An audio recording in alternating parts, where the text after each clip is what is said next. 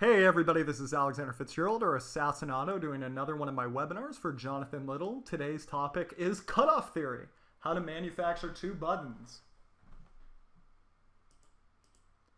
If I were to tell you, hey, let's play a poker tournament, but in this poker tournament, I'll get the button 2 or 3 times in orbit. You will only get the button once. Would you want to play in this game?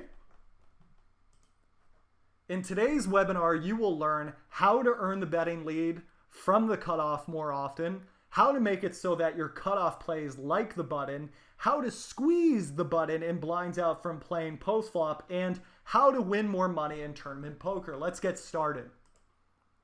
All right, so take a look at this situation.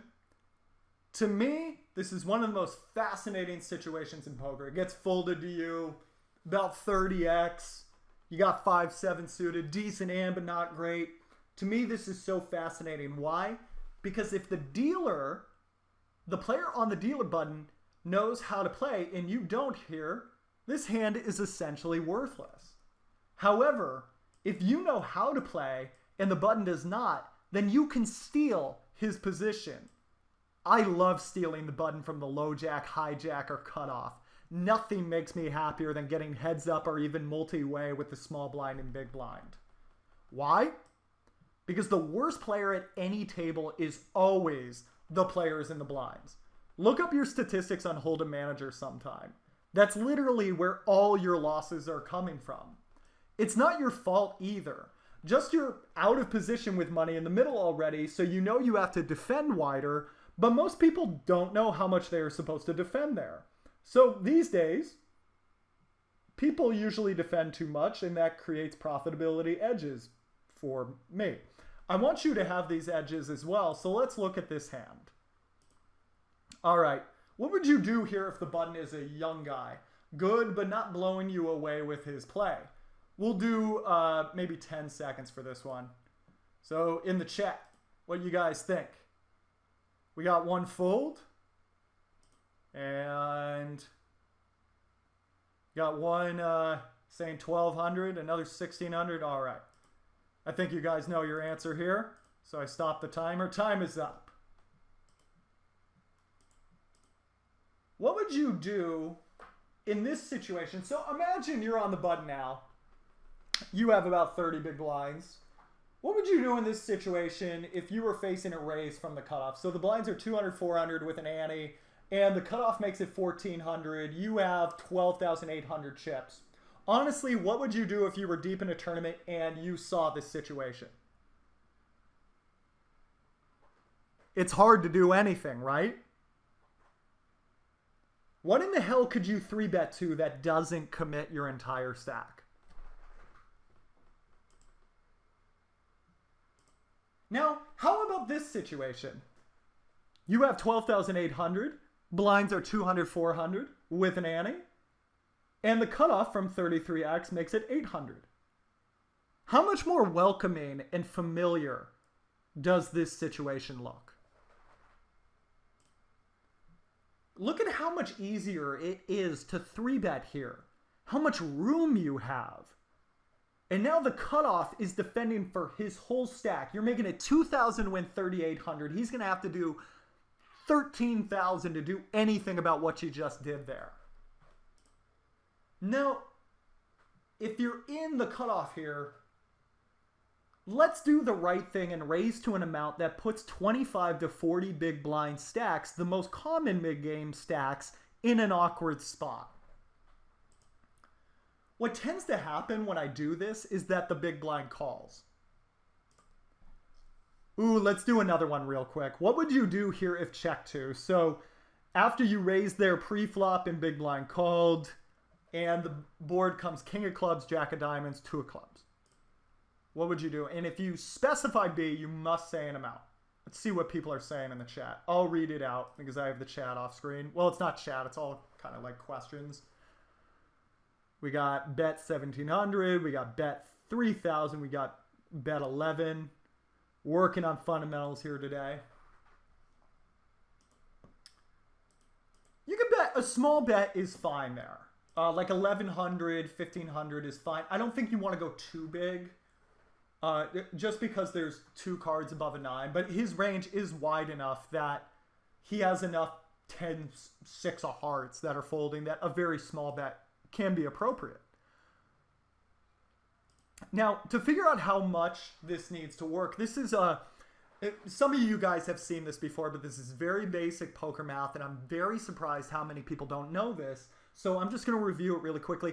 To find out how much any of your bets needs to work, you take how much you're risking divided by how much is going to come back into your stack should the bet succeed. So if you think about it, if you and I are flipping coins for $50 each, you wouldn't divide 50 by what you stand to win, which is 50, because then it says you have to win the coin flip 100% of the time. No. If you're risking 50 to win 50, you do 50 divided by 100, and then you get 50%. Makes sense, right? It's the same thing when you're c-betting as a bluff. If you're risking 1,500 and 4,900 comes back to your stack, should you succeed, that means this bet, as an absolute bluff, needs to work 30% of the time. So what percentage of the time does our opponent need to be defending? 70% of the time. 70% of the time he needs to be defending. And as we can see, that's going to be very difficult should he be calling out of the big blind with a very wide range. And this isn't even that wide. I know I was just calling the action for a small poker tournament, and I didn't see anyone at the final table, when you would think they would be on their best behavior, folding to any size raise with any hand. 9-5 offsuit was calling there, and that's like deep into this territory here. So, but we can see, even if they're just calling you with the really good suited connectors, and the good aces and things like that, and even slow playing some really good hands like jacks, 10s, 9s, what you'll notice is, even if this guy is defending a gut shot, any pair, so like ace deuce, he doesn't fold, he is only defending 61.5% of the time, which means he's folding 38.5% of the time. And that's even if he calls you with a gut shot, right? The ace-high gut shots and whatnot, and the queen-9 and whatnot. That's why I love attacking this big blind. As you can see, there's just no way for this guy to play well unless he's got a check raise in his game, which many guys do not have. People are more willing to fold to these smaller bets out of position too when they feel your big pre-flop raise indicates nit strength, and because they called with so many pre-flop hands. I love that big raise pre-flop. I learned that from... It's so funny, I was playing... this isn't in my notes, but just... I was playing in Dublin, and all the old codgers there, right, like the 50, 60, 70-year-old guys, they would raise to like 3.5x, and the internet kids would piss and moan, and they wouldn't 3-bet them, and then they would call out of the big blind, and then they would check fold the flop, because they go, oh, okay, yeah, like old man coffee, you got like 8s plus, ace queen plus there, and I was just losing my mind, because I kept thinking, you're just going to give him 3.5x every time? That's an excellent move to do now if he's got 5-7 suited or whatnot. So that's what got me thinking about this, and that's why I love large raises. Nobody folds from the big blind ever now, especially with the big blind ante. This is a golden era of poker. That continuation bet would not work on that board if we were c-betting in a 3-bet pot. It wouldn't work versus a 12% cold calling range. But it's money in the bank heads up versus the big blind. And why it wouldn't work in a 3-bet pot, or why it wouldn't work in a cold versus a cold calling range, is because in 3-bet pots or versus cold callers, players have much better hands. Those are much tighter ranges. But the big blind has 30, 40, 50% of the hands oftentimes. Now, a lot of people ask me, but isn't this exploitable? Yes, it is an exploitative line, so it can be exploited. But let me give you another example of an exploitative line. Let's say you have a huge fish in your game who loves to call from the big blind. You've seen him call up to 8x before. He's never folded. What should you do if you're dealt aces and that gentleman is in the big blind? My friend Guillaume always brings this up, and it's such a good point. Obviously, most of us would raise to 8x there, even if the players around us would likely understand we have a good hand. Now for the next slide, guys, I'm going to use baseball analogies, so my apologies to everyone who isn't from America or who has never been invaded by America, but I truly do not know many other sports, so everything is a baseball analogy with me. It's also the most beautiful game in the world, which is incredible for teaching game theory and exploitative play when coupled with database analysis, so I'd recommend all poker players develop a passing interest in the sport. Anyway, the scouting report. Imagine we have a scouting report that says this player cannot hit a curve to save their life. If you were the pitcher in this game, would you throw him a curveball? Would you not throw him a curveball because he possibly could have learned how to hit a curveball? No, you'd throw the curve, and if he showed you he could hit it, then you would change his strategy. Look how difficult this would be to play, guys. Like, look at this from this guy's angle, right? If he has a hand that he could defend with.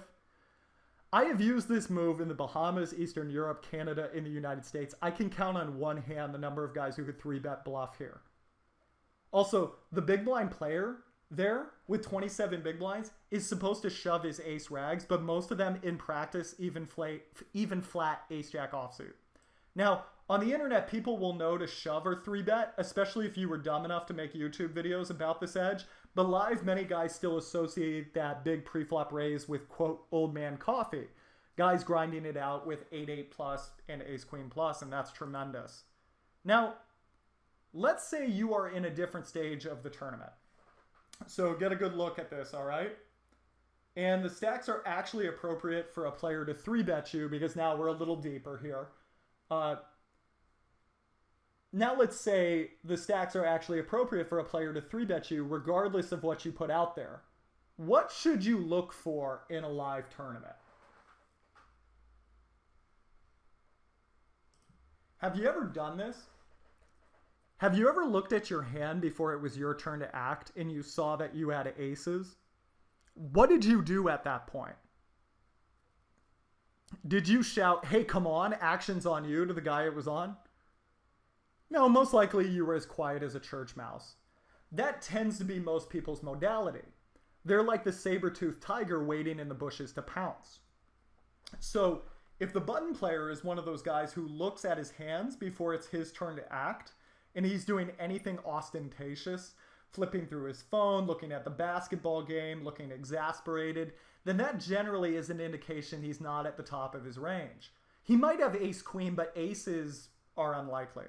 It's something routine. This was an actual hand I had in Baltimore. Effective stacks were about 50 big blinds. Where should I be looking here? So it gets dealt to me. I have king deuce of diamonds. It gets folded to me on the hijack. All right? So we're going a little beyond cutoff theory. You should start with the cutoff to start stealing buttons, but you can even take it out to hijack, all right? Or should I be looking here? 9 out of 10 times the small blind and big blind can't 3-bet enough. So you're looking at these guys, dealer and cutoff.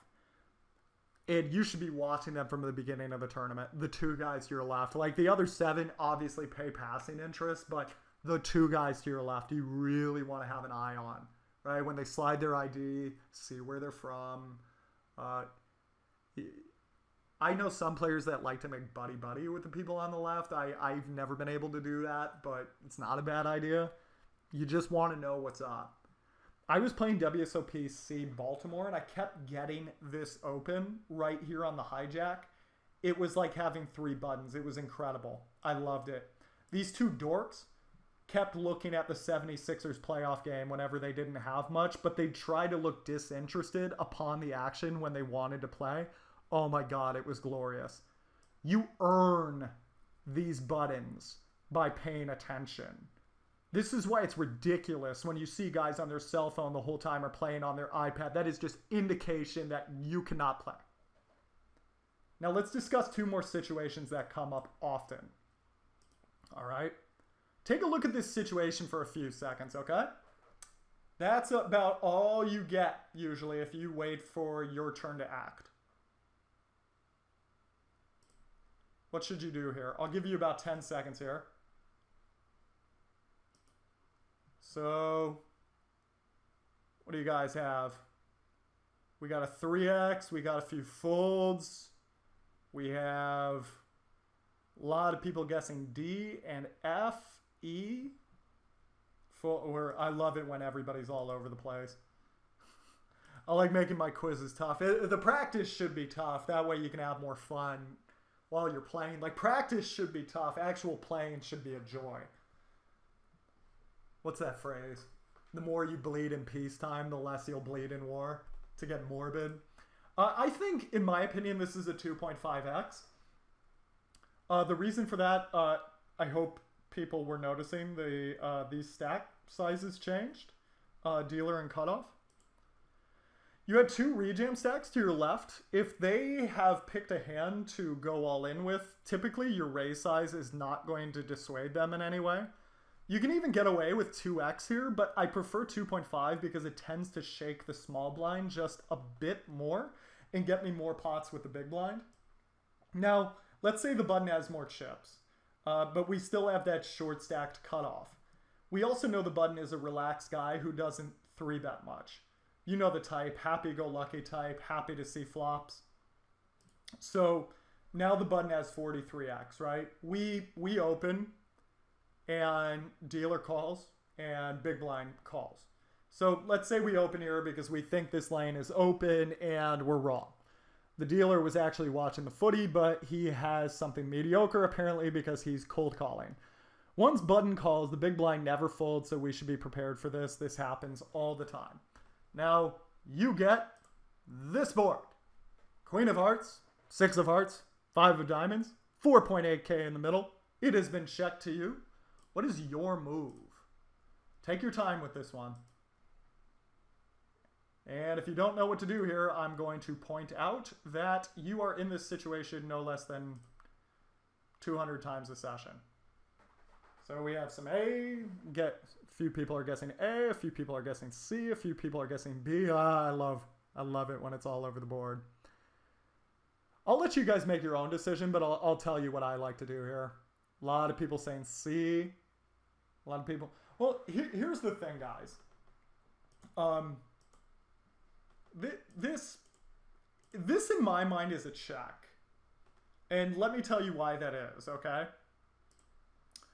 The way you figure this out is by multiplying their folding ranges together. So button is often cold calling maybe 12 to 15% of the hands. Let's start with a tighter range. If we can bluff this one, then we can bluff all of them.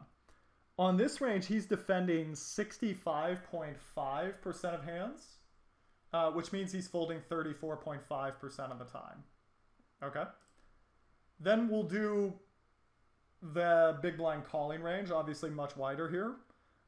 You'll notice he's defending 45.8% of the time, which means he's folding 54.2% of the time, right? So 0.345 times 0.52, you're going to get both people folding about 18% of the time there. And let me say there, you can play with those ranges quite a bit, but let's say both of them, if both of them were playing wider ranges, it missing half the time each, which tends to be about pretty typical, they're both missing together only 25% of the time, okay? So let's say they both have like really wide ranges and both players miss 50% of the time. Well, you have to find out how often both of them miss. It's going to be about, it's only going to be a 25% around there. Now, caveat emptor, the one thing I don't like about this method is it assumes the two calling ranges are independent of each other. Technically, if button calls, it probably widens the big blind's calling range, but it's a good thought experiment. If both players are defending draws in pairs, which I honestly think is pretty close to accurate, then oftentimes, if that button is tighter, then they're both folding less than 2 times out of 10. And yeah, it tends to be, the best you're going to get with super wide calling ranges is maybe like 30%. So the two options I'd really want you guys thinking, if you want to bet here with a backdoor flush draw or something like that, is 1/3 pot, because 1/3 pot needs to work about 25% of the time. But both players missing the board is not going to happen that often. So it's really hard to squeeze that in there. And unless you have like a really defined betting strategy on turn and river, I'd really warn against larger bets. If you're trying to set something up, the larger bets can be justified, but you do have to really know what you're up to. Now, when do you want to bluff bet multi-way? You want there to only be 2 other players. 3 or more is extremely difficult. You want wider cold callers in position and out of the big blind. You want a board with only 1 card over 9 or none at all, and that card can't be an ace. You don't want multiple draws on that board, and if you have backdoor draws, that would be preferred. Okay? So, reviewing what we learned today, multi-way pots suck because it's difficult to bluff in them. If we are facing 25 to 40 big blind stacks, we can often buy the button with a larger than 3x raise when we're on the cutoff. If we are facing short stacks, however, there isn't a raise size that will really dissuade them, so we should go back to normal raise sizes. And that also works with really big stacks as well. Now, earning 2 to 3 buttons in orbit is the nectar of winning poker, because the big blind is the worst player at the table, and the button gets to play with the big blind the most often. So most of this lecture, I just really wanted to focus on how we can just take that button for our own. That's mostly going to happen from the cutoff, but you should broaden it out to the hijack. That's why I brought that in as well, because it didn't make sense to also just have a lecture just for the hijack. So because it would be mostly the same topic, so I tried to put those together. Anyways, guys, I hope you really enjoyed this. Thank you for tuning in today. And if you wouldn't mind, do you mind if I tell you about a deal we have going on? Is that all right? Type a 1 in the chat if that's all right, or in the questions. We has lots of 1s. Awesome. I will get right to it. If I can figure out how PowerPoints work. Huzzah! Something new is coming. Poker Coaching Premium, to be exact. What is Poker Coaching Premium? Poker Coaching Premium is a new membership training site from Jonathan Little. Premium members get Jonathan Little's new cash game masterclass. I'm very excited about that. Over 70 classes covering pre-flop, post-flop, special situations, and more. At least 1 new class added every month. A new monthly live training webinar from one of our coaches. New interactive hand quizzes every month just for premium members. And premium members also get instant access to 500 plus interactive hand quizzes and 40 plus coaching webinars. So here's you guys can kind of check out the layout right here. I think this is super neat because, well, guys, I'll just riff with you here. This is just me talking. When I was trying to learn poker, not even that long ago, just a few years ago when I was trying to get better, you had to do all this stuff yourself. To learn how to be better pre-flop, I had to filter for everything in Hold a Manager, and then I had to learn how to program everything to learn for certain things, and it was really cumbersome and difficult and hard to teach myself. It's just all there now. Pre-flop, post-flop, specific hands, technical. It's in the finances stuff actually is really important too. You also will get coaching webinars from yours truly. You can learn about exploitative continuation bet sizing, 3 betting from out of position, 5 post-flop tricks you can use, barreling theory, and more exclusive coaching webinars are coming soon from myself. I love these colors, by the way. Just wanted to say that. Poker Coaching Premium coming June 27th, 2019. You can check it out at pokercoaching.com/premium. Do that right now if you want to learn more. Thank you guys for tuning in today. I really appreciate it.